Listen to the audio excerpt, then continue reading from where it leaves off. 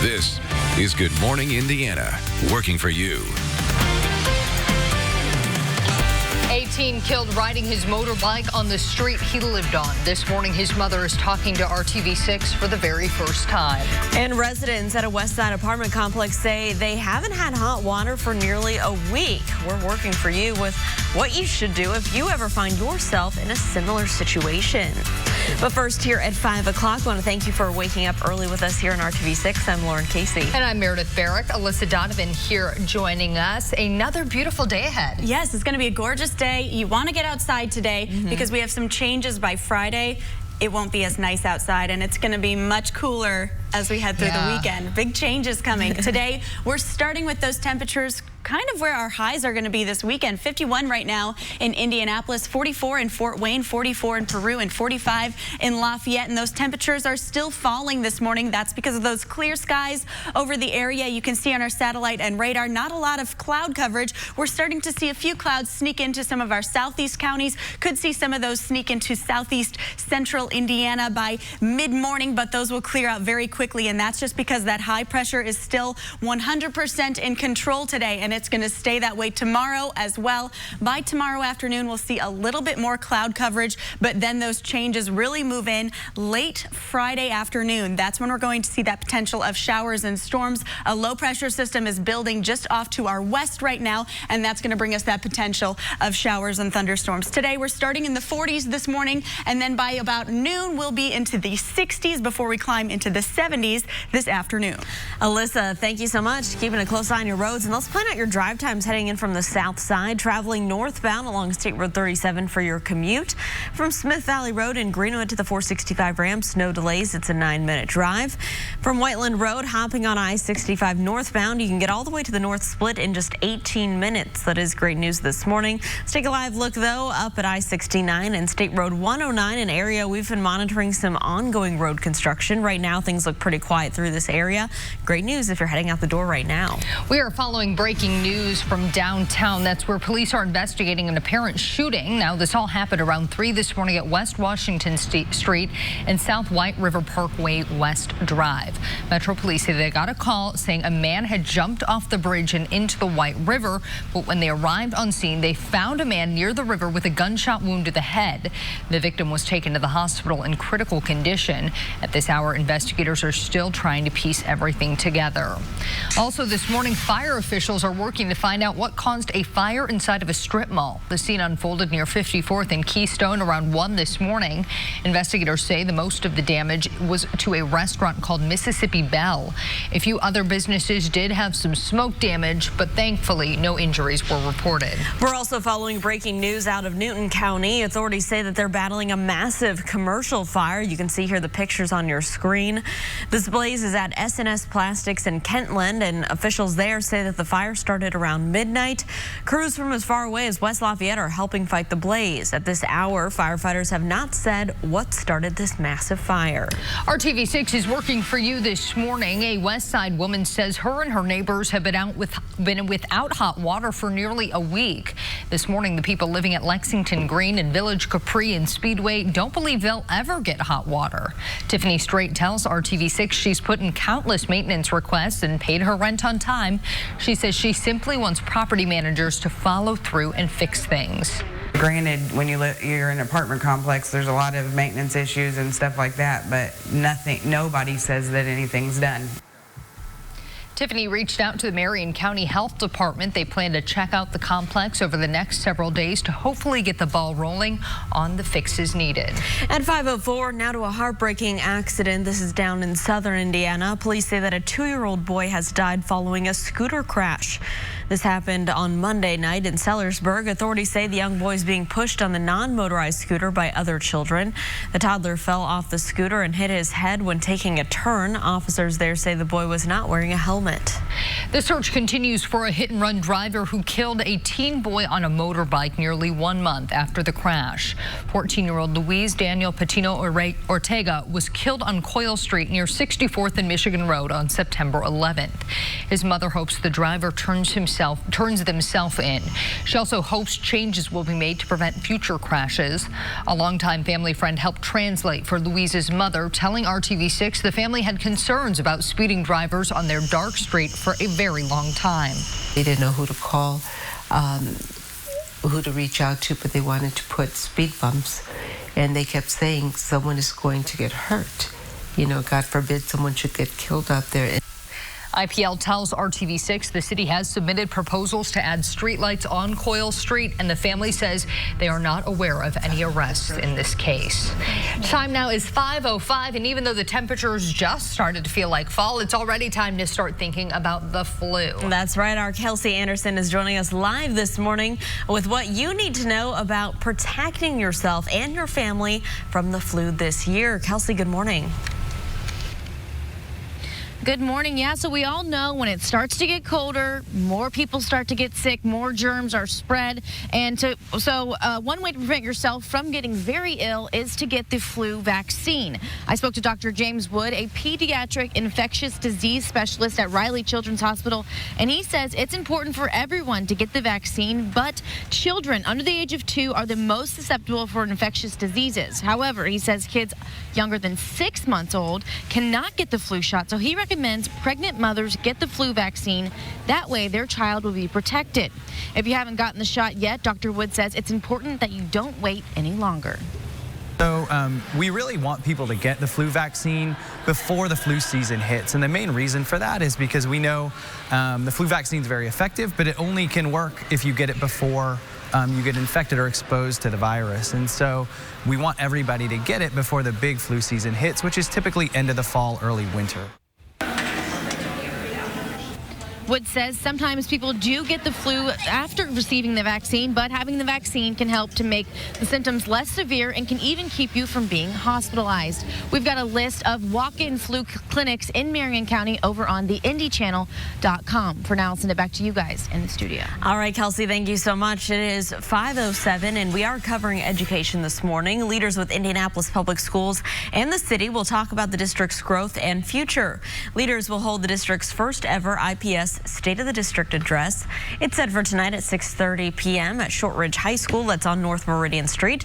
Registration is required to attend, and you can register by going to myips.org. At least 2 IMPD officers are credited for helping evacuate residents of a burning apartment building. We brought you this story as breaking news on Good Morning Indiana Tuesday morning. The fire started just before 3 yesterday morning at Cumberland Manor Apartments. Fire officials say a Cumberland officer and an IMPD officer kicked in the door of an apartment and rescued a family of 3. Later today, we are expected to hear from those officers. This morning, a 40-year-old woman remains in critical condition following the fire. At 5:08, new faces jumped into the race for governor in 2020. Democratic State Senator Eddie Melton of Gary has filed candidacy paperwork to run to lead Indiana. Melton will officially announce his candidacy at the event in Gary that happened last night. Melton joins former Indiana Health Commissioner Woody Myers and tech executive Josh Owens as candidates for the Democratic nomination for governor. Republican Governor Eric Holcomb is seeking re-election. The first weekend of mobile sports betting is in the books in Indiana. It opened up on Thursday, and we've learned DraftKings paid out more than $300,000 to people in the Hoosier State who bet on the Colts to beat the Chiefs Sunday night. DraftKings is one of 2 available options for mobile sports betting. A representative says the company is taking steps to cater to the Indiana market. We'll continue to educate. We'll continue to make sure that there's fabulous content out there. We will adapt our site as we see what people in Indiana want to see. Indiana is the 3rd state to allow for mobile sports betting after New Jersey and West Virginia. Well, winter might be kind to your energy bills. Both Citizens Energy and Vectren announcing that they expect winter heating bills to be lower than they were last year. Assuming temperatures are normal, Citizens estimates the total natural gas bill for November through March to be about $430, down from $484 last winter. Vectren estimates that bills in the same period to be about $440 to $450. That's down from $490 last year. Now, if you need winter heating assistance, we do have resources for you. You can check those out by clicking on this story in the RTV6 app. Redacted memos from the Mueller investigation will soon be heading to Democrats in the impeachment investigation. After the break, why the issue is creating a new battle over what information can be released. And a donation at a Florida Goodwill store leads to an entire street being shut down. Still ahead, the dangerous donation that had shoppers panicking. And here at 510, want to give you a live look here on the northwest side. This is your drive at I-65, a little north of 30th Street. Our view from the pedestrian overpass. Traffic is moving along up to speed, both northbound and southbound. Stick around. Good Morning Indiana. We'll be right back after this short break. Days from 4:30 to 7. Welcome back to Good Morning Indiana, 5:13 here on your Wednesday. And this is a live look up in the Whitestown area, I-65 near State Road 334. Looks like traffic here is moving along just fine. No crashes or delays out there to slow you down. The Trump administration will provide redacted memos to Democrats in the impeachment probe. The Justice Department agreed to give the House 33 FBI memos from the former special counsel Robert Mueller's investigation. DOJ officials say the redactions are necessary, quote, to protect confidential communications. Meanwhile, a U.S. district court is pressing the House over what other protected information they can gain access to. The House's general counsel argues the House sets its own rules and federal courts should allow lawmakers to have whatever they need to investigate impeachment. At 5:14, the rape case against former NFL star Antonio Brown will now be heard in Florida State Court. Lawyers for Brittany Taylor said they voluntarily dismissed their lawsuit from federal court and refiled it in state court. The new civil case demands a jury trial on rape, battery, assault, false imprisonment, and intentional infliction of emotional distress. In her filings, Taylor accused Brown of rape and 2 instances of sexual assault. Taylor used to train the wide receiver. Brown denies those allegations. The Los Angeles Lakers are set to speak to the media today ahead of an exhibition game in Shanghai. Although the game is being played in China, it won't be shown on TV there. That's because China's state broadcaster canceled plans to show a pair of NBA games after the Houston Rockets GM tweeted, then deleted support for anti-government protesters in Hong Kong. At 5:14, everyone was ordered out of a Florida Goodwill store after a grenade was discovered in a donation area. They say someone dropped it off at the thrift store. The bomb squad is determining whether the grenade is live or not.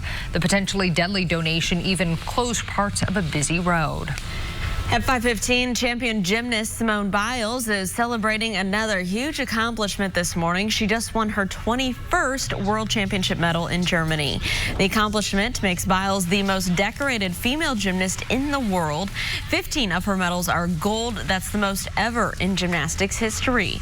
The 22-year-old is just 2 medals short of Vitaly Sherbo's all-time record of 23 among men or women.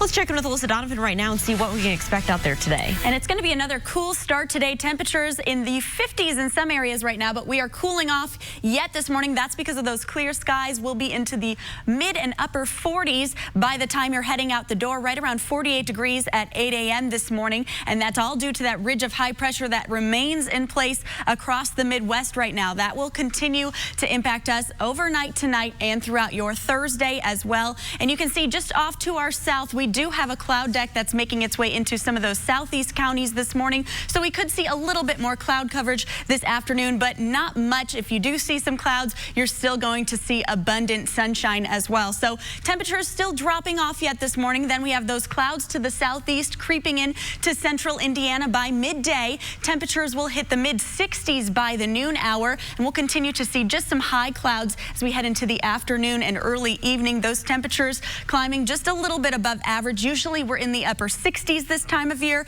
Today we'll be into the mid 70s, some areas into the upper 70s. So it's going to be a little bit warmer out there, but that high pressure is still in control. Next, we have some changes by Friday. So off to our west right now, while we're seeing all these beautiful fall-like conditions, they are seeing some showers, thunderstorms, and also the potential of a winter storm moving into Montana. That same low pressure system that's building there right now is going to track across the Midwest as we head into Thursday and Friday, likely going to bring us the impact by late Friday afternoon and evening, overnight into early Saturday. So as that moves through, has the potential of bringing us some heavy rainfall as well as some strong thunderstorms Friday afternoon, and evening and overnight before it clears out by Saturday. However, as it clears out, it is leaving some cool air in its path. By Saturday, temperatures only going to be into the 50s for our daytime highs. We could see a few stray showers in the morning, but that will clear out quickly to sunny skies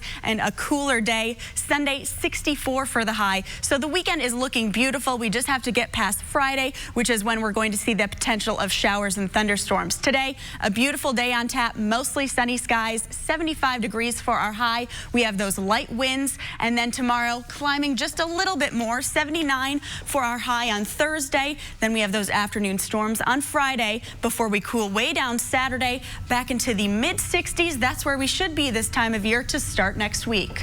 All right, Alyssa, thanks so much. Let's take a live look outside right now. A view of traffic here at I-465 and West Washington Street on the west side of town. Traffic is moving along just fine. There's no delays to slow you down at this hour. So let's plan out your commute. Taking a look here at our traffic now map. Heading in from the east side on westbound I-70, a quick 10-minute drive from Post Road to I-65 at the north split. No issues. And heading down southbound I-69 through Hamilton County this morning from State Road 13 to the I-465 ramps. No delays. It's a 13-minute commute. So let's take a live look right now at I-465, a little west of Emerson Avenue to our southeast. Traffic's picking up, but everything is moving along just fine. All travel lanes are open, both eastbound and westbound. Well, do you have smart meters for all your utilities yet? Utility companies are installing them, so you no longer need a visit from the meter reader. Some of those installations, though, are causing problems. Working for you, John Mattery shows you what sometimes can go wrong so you don't waste your money. Many homeowners are getting high-tech new gas, electric, and water meters these days. But what if you discover a problem you never had before right after that new meter is installed? Well, one woman wanted to know who's responsible. Erica Diaz has no hot water. It's cold. She says it happened when a contractor replacing old analog meters on her street shut off her natural gas. When they turned it back on, her water heater wouldn't light. So she says she called the contractor and her utility and got nowhere. 5 days with no hot water? No hot water. Erica says the problem is that nobody wanted to take responsibility. And they told her that, well, maybe you have a bad hot water heater. I said there was absolutely no problem with my water heater before you guys came in. Finally, she called a local plumbing company, which diagnosed the problem, a burned-out safety switch. It's down there, that valve. So don't let this happen to you. If you suspect utility work has caused a problem, contact your utility immediately. Also, call the contractor if you know their name. Most will try to help, and this mom is grateful she'll soon have hot water. I have a child with special needs. We need to take showers. Bottom line, if you have an issue after utility work, try to find the name of the company that did the job, then contact their offices immediately so you don't waste your money. I'm John Mattery. Good morning, Indiana. John, thank you. For more money-saving tips and ideas, visit the money section of our website, theindychannel.com. At 5:20, dogs could add years to your life. That's according to new research from the University of Toronto. Research found that the dog owners actually had lowered the risk of dying early by 24%. Those who already had a heart attack, the risk of dying was lowered by 31%. A major factor could be that pet owners who walk their dogs got up to 30 minutes of exercise a day. Studies also show that petting dogs, it can reduce blood pressure, anxiety, and also depression. A Halloween display in Massachusetts has a neighborhood divided. After the break, what the woman behind the display says she did when she heard some neighbors were concerned. All right, let's take a live look outside right now at traffic. I-70 here at State Road 267 to our west. Everything looks to be moving along just fine. Stick around. It's 5:21. We'll be right back after this short break.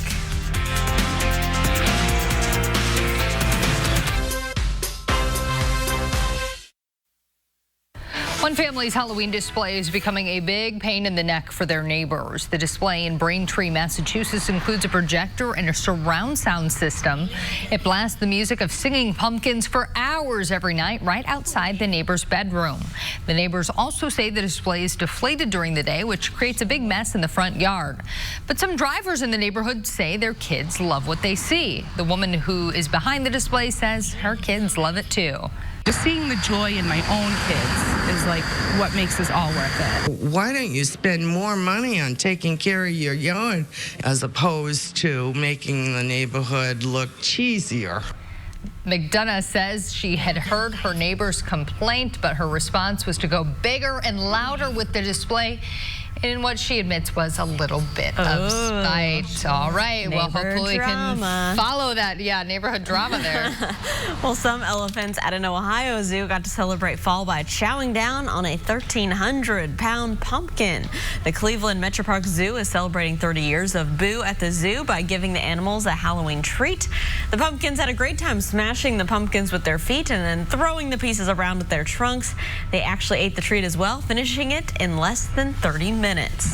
Very cute. All right, well, we do want to talk about that fall-like weather that we finally have here. If people are going out to the pumpkin patches, doing all the fall things, today would be a great day to do that. Today is a great day to do it. It's going to be beautiful outside. We'll see a little bit of cloud coverage by the afternoon, but not much. It won't prevent that sun from peeking through. 76 for our high today, and then tomorrow a little bit more cloud coverage, but those temperatures continuing to climb into the upper 70s before we see a cold front move through Friday afternoon. That will bring us storms and showers to the area, and then we are cooling way down to start the weekend. Back into the 60s. Those are our averages, so we're above average right now as we head into next week. Alyssa, thank you. A school superintendent is stepping down amid a coach controversy. Ahead at 5:30, Call 6 Investigates is looking into his sudden departure.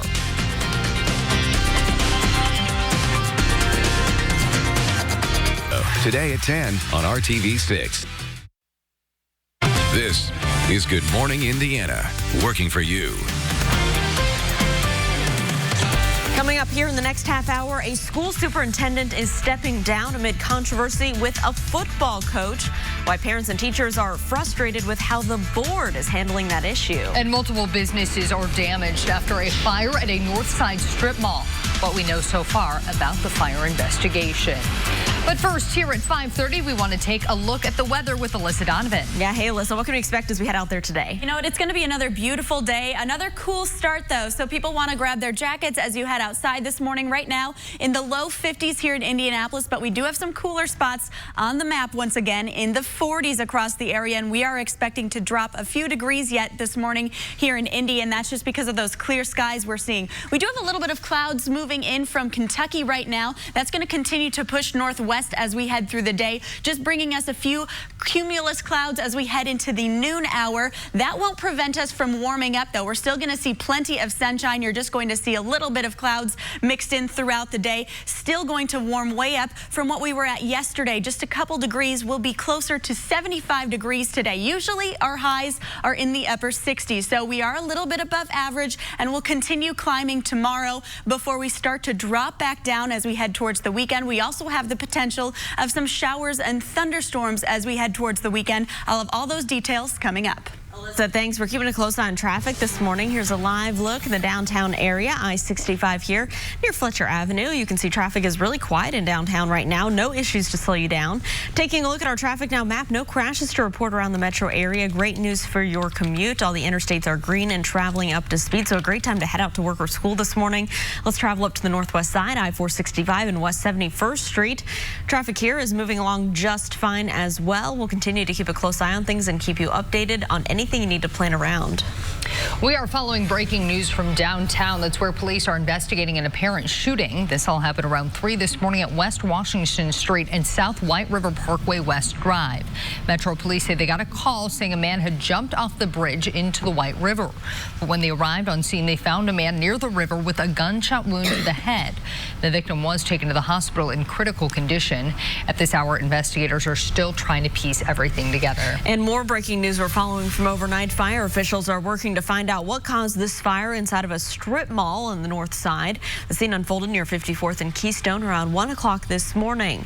Investigators say most of the fire damage was to the restaurant Mississippi Belle. The restaurant closed last night and no one was inside at the time. A few other businesses did have some smoke damage. Thankfully, no one was hurt. Well, the superintendent of Northwest Hendricks School Corporation has resigned. The school board accepted Mike Springer's resignation at last night's board meeting. Springer is not saying why he's leaving, but the decision comes amid a criminal investigation into Tri-West football coach Tyler Bruce, who was accused of sexual misconduct with a student. Call 6 Investigates has been following the case for months now. Springer recommended the board fire Bruce, but the board decided to keep him. Many parents, community members, and even staff brought up the issue. But what is hard is to see that the place I work at is going through this, and that no one has taken a stand to try and resolve it. It just looks like we're just shoving it under the rug. And my daughters are like, Mommy, why are you still working there? I don't understand it. Wrong is wrong. This is wrong. Protect your teachers, protect your students, and get the bad ones out. It's corrupt. Bruce has not been criminally charged and denies any wrongdoing. Springer also recommended the board terminate 2 other school employees in connection with the situation, but the board went against that recommendation as well. An attorney representing the family of the student accusing Bruce of misconduct released a statement saying, quote, "The board's insistence to ignore Mr. Springer at every turn is disappointing at best. Mr. Springer's actions showed concern for the students at Tri-West. The same cannot be said for the school board," end quote. It is 5:34. One person was taken to the hospital after a shooting on the west side of Indianapolis. Officers and emergency crews were called out to the 2000 block of North Dexter around 10 o'clock last night. This morning, that victim is in critical condition. Police have not released the identity of the victim or any possible suspects at this time. Anyone with any information is asked to call Crime Stoppers. That number is 317-262-TIPS. A hearing today could determine if a woman accused of killing her 10-year-old stepdaughter is mentally competent to stand trial. Amanda Carmack is charged with murdering Skylee Carmack in Gas City. Investigators say Carmack hid the girl's body in a plastic bag, then reported her missing. After several days of searching, Skylee's remains were found last month. Amanda told investigators she killed Skylee because she was angry with her. Former U.S. Secretary of State Condoleezza Rice will speak to a sold-out crowd at Purdue University tonight. Rice served as the Secretary of State under George W. Bush and was the first African-American woman to hold that position. Now she continues her work in higher education as a professor of political science at Stanford University.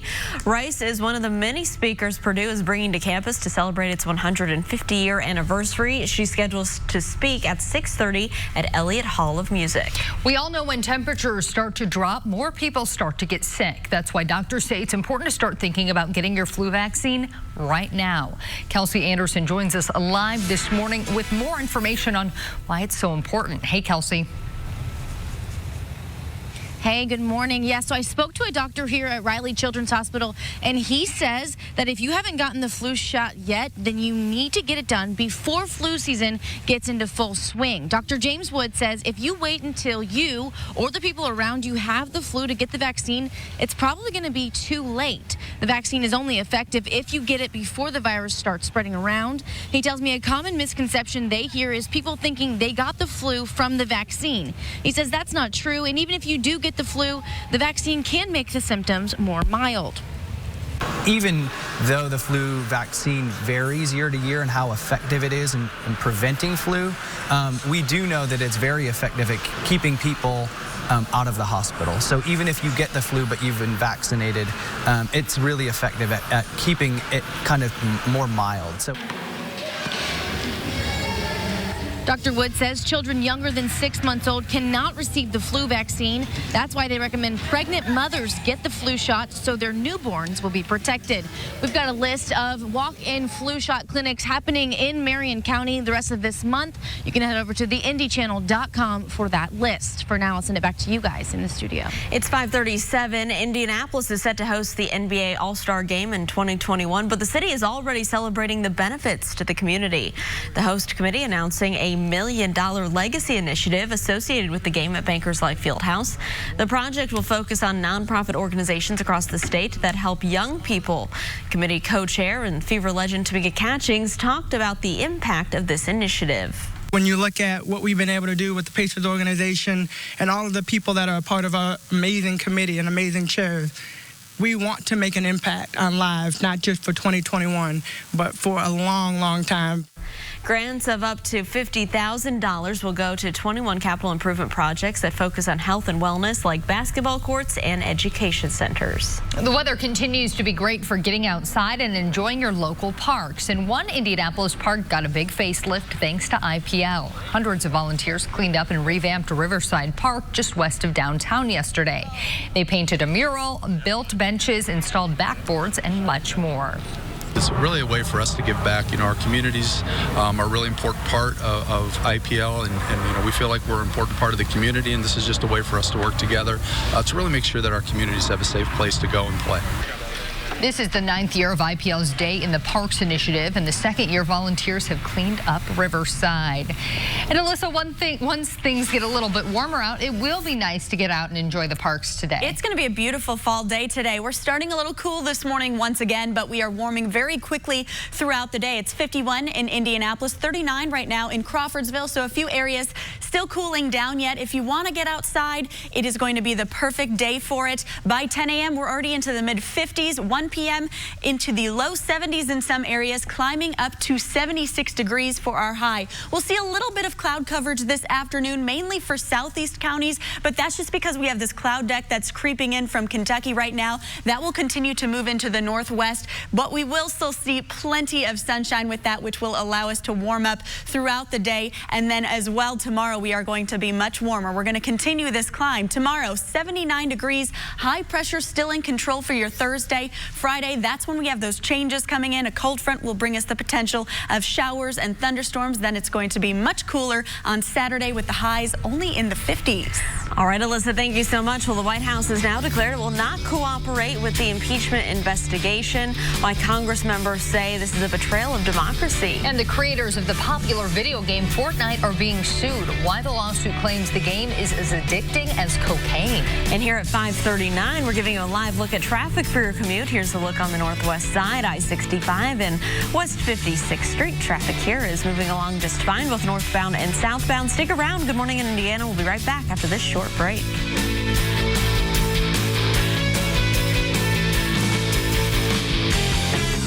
Doctor about Chantix.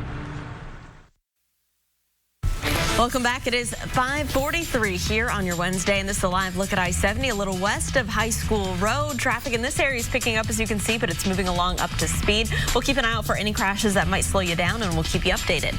The White House is raising the stakes in the impeachment inquiry, declaring it will not cooperate with the impeachment investigation. ABC's Inez de la Catera in Washington with more. In a scathing letter to House Speaker Nancy Pelosi, the White House declaring it will not cooperate with the impeachment inquiry, writing the investigation is dangerous, illegitimate, and a violation of fundamental fairness. Pelosi responding overnight, calling the president's decision only the latest attempt to cover up his betrayal of our democracy and to insist that the president is above the law, setting the stage for a showdown between the White House and Congress as the State Department blocked the U.S. ambassador to the European Union, Gordon Sondland, from testifying on Capitol Hill. The failure to produce this witness, the failure to produce these documents, we consider yet additional strong evidence of obstruction. Sondland reportedly worked behind the scenes to help carry out Trump's wishes in Ukraine. House Democrats have now issued a subpoena for Sondland's testimony and documents. Meanwhile, ABC News is learning a White House official who listened in on Trump's phone call with the president of Ukraine described it as crazy and frightening. This, according to that whistleblower at the heart of the impeachment inquiry. According to a Washington Post Schar School poll, 58% of Americans now support impeachment, up from 37% in July. But the president's strongest supporters are still standing by him. What we see in this impeachment is a kangaroo court, and Chairman Schiff is acting like a malicious Captain Kangaroo. Both sides now gearing up for a long fight, with the White House tapping former South Carolina Congressman Trey Gowdy to serve as outside counsel to the president during impeachment proceedings. Inez de la Catera, ABC News, Washington. At 5:45, the 5th Democratic presidential debate is officially on the calendar. The Democratic National Committee announcing this event will be held in Georgia on November 20th. At least 8 candidates have already qualified, including former Vice President Joe Biden, Senator Elizabeth Warren, South Bend Mayor Pete Buttigieg. The debate